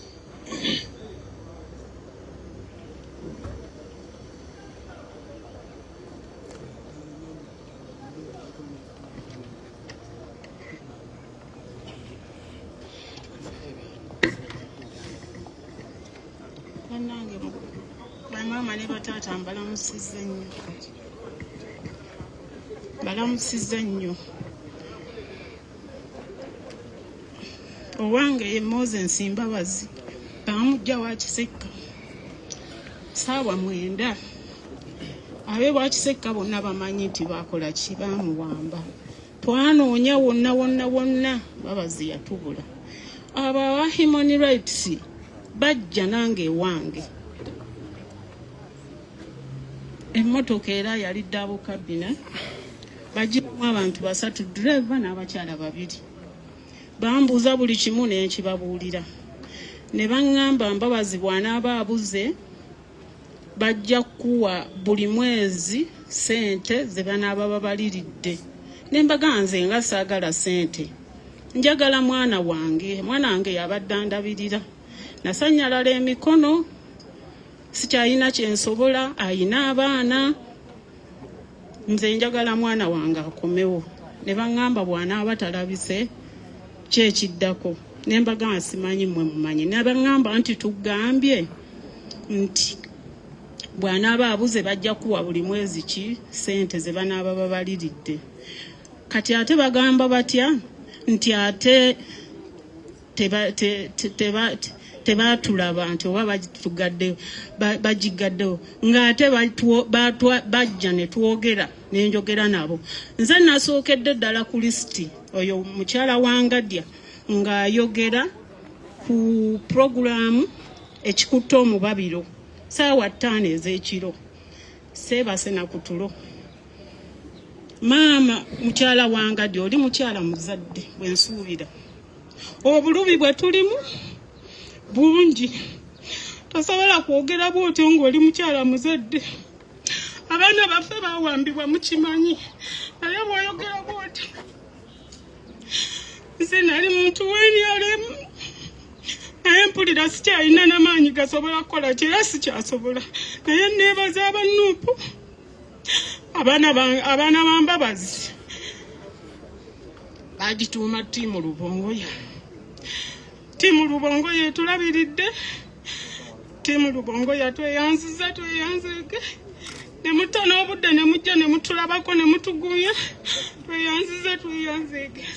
Nayogera ne ŋŋamba mukyala Nankabirwa. Mwatugamba abaana baffe mubayina. Lwaki temubatuwa? Ne ŋŋamba mukyala Rose Senninde wagamba nali ku radio. N'ogamba nti akalulu mu Wakiso kakolebwa bubi. Ne nkugamba nga bantadde ku Facebook. Ne nkugamba ekyakozesa obubi akalulu kuwamba abaana baffe. Naffe abaali aba NRM tetusobola kuba kalulu ng'abaana baffe bawambe. Kati ate bwe muvaayo ne mugamba nti ate abaana baffe temubayina. Tubeewuunya. Mutuyambe mutuwe abaana baffe. Nze abaana nayina 2. Omu yafa accident n'akafaananyi mbadde nkaleese. Yafa accident nga wa myaka 22. Kati oyo gwe mbadde nnina era kwe kwetuuma eryakawenja. Eryakawenja si linnya lye. Ekwetuuma eryakawenja n'agamba maama yabadde Jime yabadde alabirira maama. Kati nze kampenje sente nsobole okukola ki? Okulabirira maama. Bannange aba NUP mbeeyanzizza amagulu gaali gannuma ne munzijanjaba neeyanzizza nnyo neeyanzeege ttiimu Lubongoya Mukama. Kale, Semudu Michael.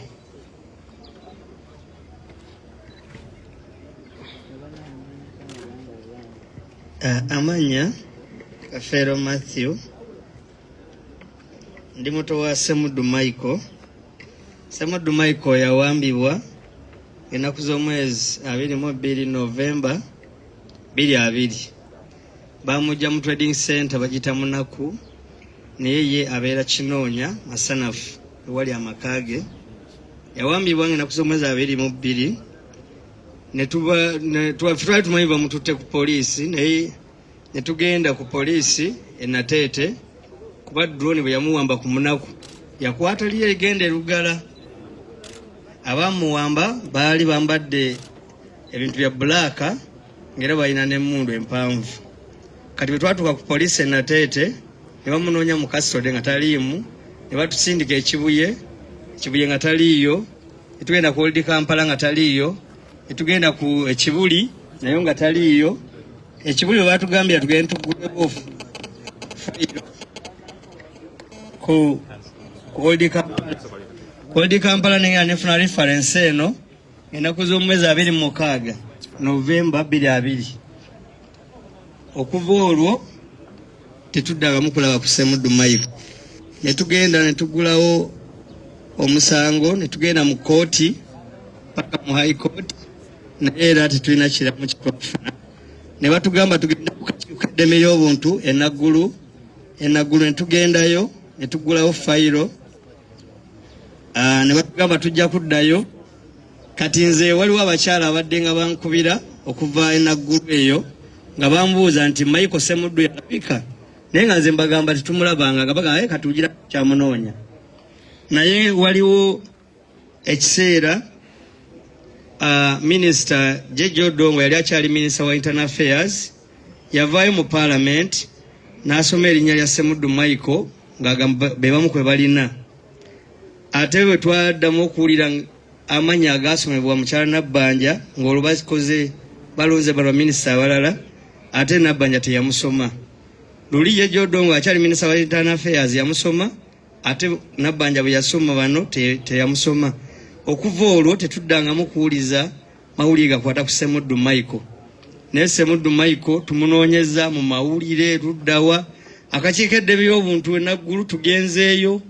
Ebyo batukubira bukubizi, bakukubira essimu ne bagamba tugenda kuddamu tukuddemu. Ne baguddamu ne bakukubira mwamulaba tetumulaba nga tugenda munoonya. Ne kati nabadde ndi kutinga files zino nga bagamba bano tebaliiyo.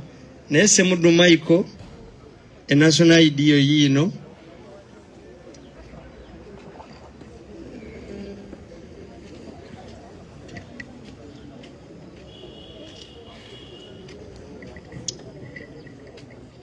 Mukama waffe yeebazibwe basiba ne bannyabo. Amannya agange nze Justina Nakubulwa. Nina obulumi bungi nnyo. Omwami wange yali ku ssomero nga omukozi wa gavumenti.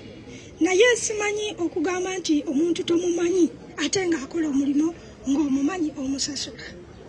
Ogamba otya nti tomumanyi nti abo bantu baali si ba Uganda, bannayuganda. Lwaki? Ate nga yali mukozi wa gavumenti omwami wange. Era omwami wange bamukwata nga 2021 omwezi ogwokubiri ennaku z'omwezi 12. Omwami wange yava ewaka ng'agenda ku ssomero nga 9 era ogwokubiri. Naye bw'atuuka ku ssomero n'abeerayo. Kati bw'akuba simu n'aŋŋamba nti gyendi naye nja kubuulira bw'onookola kale ng'okutetenkanya kye yali ayagala nkole. Kati ne nninda essimu n'ebula. Naye tugenda okuwulira amawulire nga bagamba nti Master Kisembo bamukutte. Neebuuza Master Kisembo bamukutte abadde akoze ki? Nga simanyi ne kyakoze, simanyi omwami wange kye yakola. Naye tugenda okulya yayuza ekifaananyi kya Museveni. Neebuuza mazima ekifaananyi kya Museveni yakiyuza ng'akyagaza ki? Nti kyova olaba bamututte. Kati ne tugenda ku ssomero okubuuliriza. Bwe tutuukayo nga batugamba nti ate mwani yabagambye nti yayuza ekifaananyi. Ne mugamba nti ate byatutuuseeko nga bagamba yayuza ekifaananyi. Omusajja tayuzanga kifaananyi. Naye nga drone nti yakoze ki? Ye yamututte. Kati ne tugezaako era nze safaayo saagendayo okugamba nti ngende noneeri balamu bange bafaayo okutambula okugenda buli wamu ne batambula ne batuuka buli we batuukanga nga babagamba nti taliiyo feeyo tetugenda ngayo nviiridde Mubende feeyo tetugenda ngayo Mubende era tetukwatangayo muntu naye twagenda okuwulira amawulire nga gagamba nti bamukwata ngago era amawulire bagaleetako ewaka balamu bange nga bagamba nti ate bo bataddeko bagamba nti bo bakwata Kisembo Mubende mbu bakwata Kisembo erinnya ndyerabidde lye bateekako awo eddala naye ng'omwami wange yali Kisembo Godfrey mazima ne buli kati okuva olwo tetulabangako tetutegeerangako nawaali tetumanyi nawaali tetumanyi nti oba nti waakiri banange tusaba gavumenti etuyambe enyambe kubanga nze mpita mu kubonaabona n'abaana nze mpulira nga embeera esobedde kubanga mazima abaana bannemeredde nze sina kyakkola abaana baagala okusoma abaana baagala okulya baagala buli kimu naye sirina ndi muntu alima bulimi kubanga omwami wange yali mukozi wa gavumenti yali aleeta ebitulabirira ewaka nga ngezaako kulima bulimi mazima mbebaza banupu mwebale kubanga mulabiridde famire yange abaana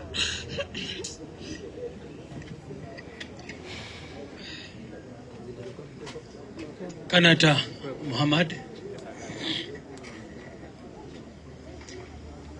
Then tujja kufuna Maganda Juma ndoza bebo abaliwo leero.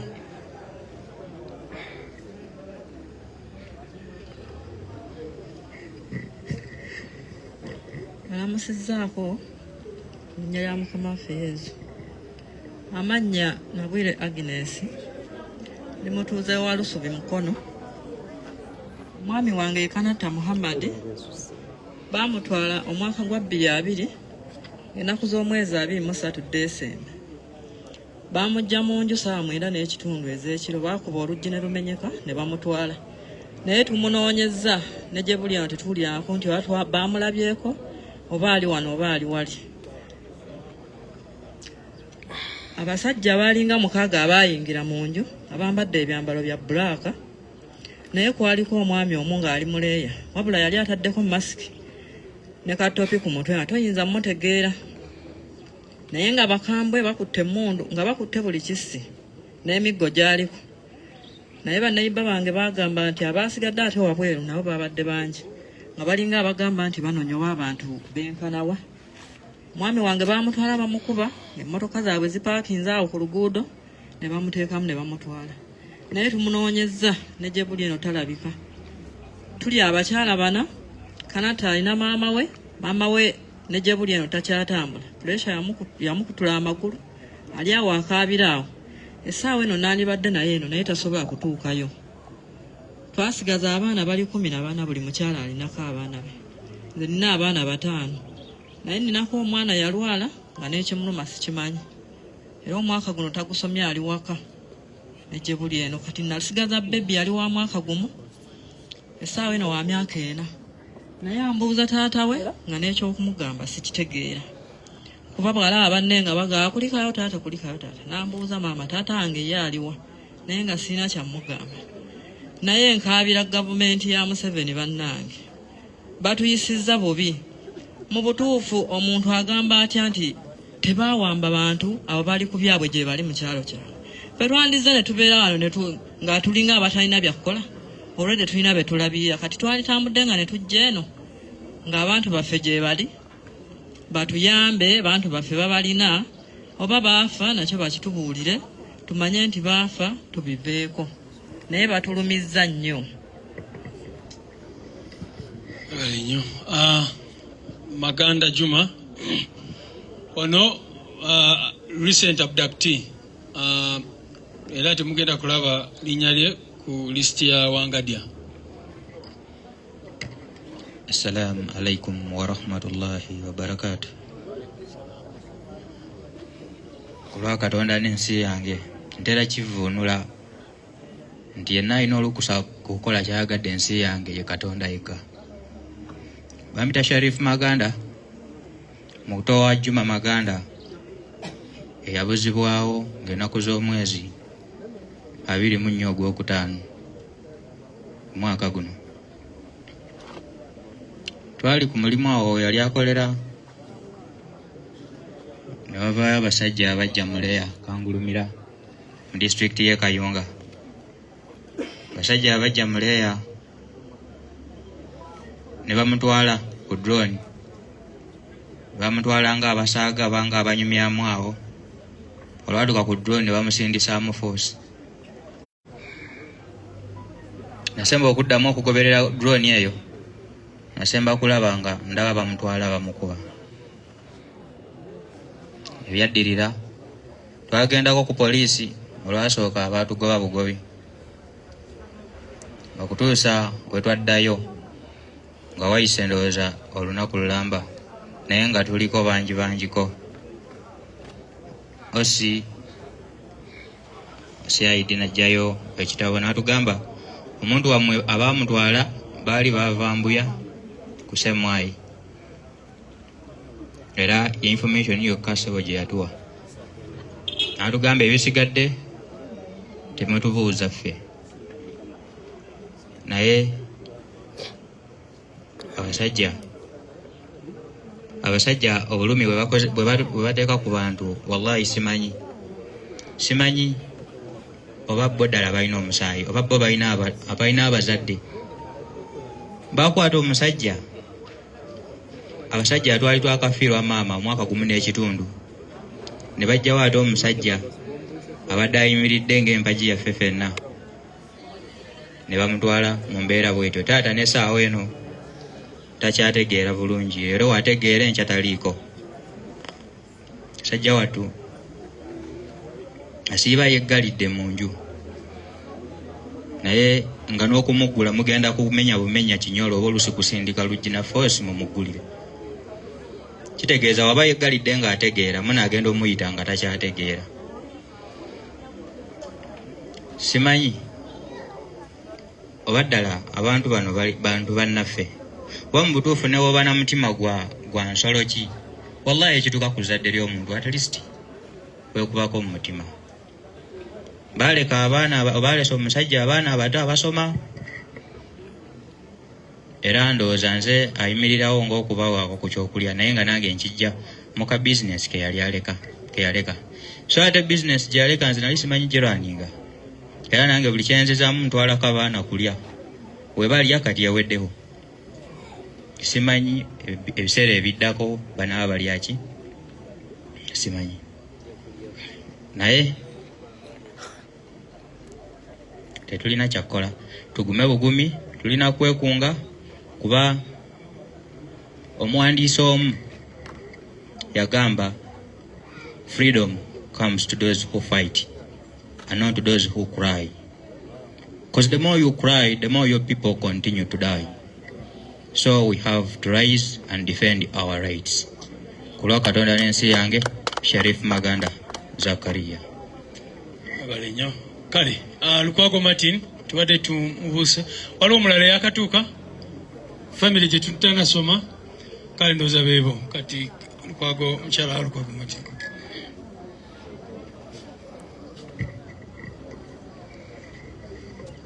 Balamusiza abasebo ne banyabo, amannya nze Namuyanja Mary mukyala wa Lukwago Martin, gwe bawamba ennaku z'omwezi 23 okuva e Bugolobi mu katale. Omwami owange yali mu katale Bugolobi ng'amanyikiddwa kubanga gyakoledde okuva obululu bonna, era gye baamujja bamusanga abantu we batuula we batera okubeera mu leisure time yaabwe, bamukwata bali abantu 10, ye yali wa 11, ne babateeka mu drone abantu abatategereka kubanga baali beesabise. Naye mu bantu abo be baatwala that very day babata abantu 10, ye ne bamusigaza. Ne tubuuza banne be bamutwala nabo nti bannange mwe mukomyewo yate omwami wange aliwa. Ne batugamba batwala batusibe kantuntu, twakulonga tulina kantuntu tetumanyi musajja gye bamututte, naffe obudda gwe bata yadduka kwewonya kibangulira. Musajja andekera abaana 3. Sinange ekijje mbalabirira mu business gye nkola saakulabirira abaana abo. Human rights bankubirawo ku ssimu ne bangamba baagala okunsinkana, ne mbalagirira we nnali ne bajja ebugoloobi ne ntwa nabo nenjoga nawo buli kimu ne mbabulira abantu be bamukwata ne matine banga abaagala kola interview nabo ne muga abantu abo bayinza okutya olw'okuba nti batiisi olw'okutya kwe balimu okungi naye buli information gye baali baagala nagibawa nga tebanaba kunkubira ssimu nagendayokko ne bannange ne tubabulira ensonga zonna zona ne tukola report ne bagamba bajja kola kituddira naye up to now tebaddangamu kunkubira ssimu naye kyansurprise nze omukyalo oyo okugamba nti yankubira essimu ne mugamba mbu nze sikyagala kumanya bya bba wange era ne mu kitundu navaamu ekitabangawo naŋŋaana oku nga bamuze nna ne mujjange nze we yankubira ne ŋŋaana okukwata mbu naakubira mujja wange ekitali kituufu Martin yaleka omukazi omu yenze n'abaana 3 bane mwogera ebintu bye mumanyi gavumenti temala gwogera bintu bye mutamanyi tuli mu kubonaabona kwe mutamanyi tuyita mu kunyigirizibwa nze right now gye nkola bampita namwandu naye nga sizikanko ku bba wange sirabanko ku malaalo ge bane mutusaasire mutuddiza abantu baffe tugenda myaka 3 omwana omuto asembayo buli lunaku ambuuza taata natuuka n'omutwala mu kisulo nga saagala mwejjako naye lwa nsonga ekitundu kyalimu nga buli kaseera abeera mu depression abeera mu kweraliikirira nengamba wanaagendako wala naasobola okusoma n'abeera mu bulamu obulala naye bwe yakomawo holide kyannewunyusa okuŋŋamba nti mami tadyali dda bane mutuyambe mutuddiza abantu baffe kale mwebale nnyo bannange kakati kansabe abalina endagamuntu n'ebirala mujje wano mwabo abali wano abalina national IDs mujje nazo abamawulire baagala zikwata abalina passports whatever imirira awo masa kubanga oyo omukyala wangadya abadde agamba nti bano abantu tebalina national IDs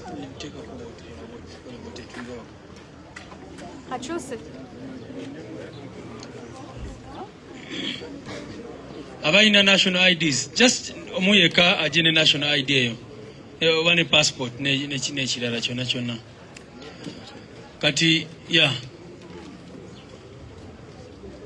abalala balina national IDs nowa Luwemba Mustafa ekipande kyoyina kiriko owa Luwemba Mustafa aliwa Zimola. Oh yes oli Luwemba ne Zimola Deniso jangu wano nyawo wano loza mubalaba wangadi abadde agamba nti bano abantu bayinza okubanga tebabeerangako balamu naye muziraba IDs zaabwe abamu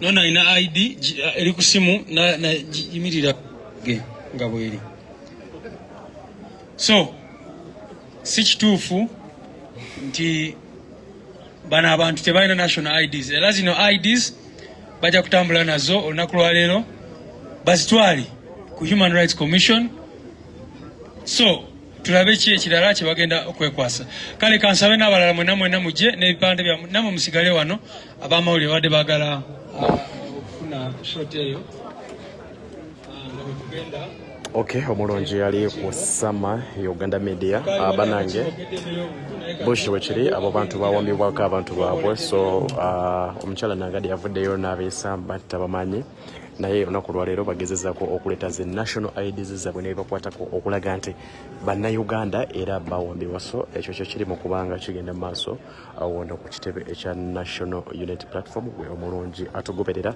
ku mikutu gyonna kusinzira okubanga ofunira information eno yenze Sama Uganda okubanga nkuweereza mutuwa abantu baffe bring back our people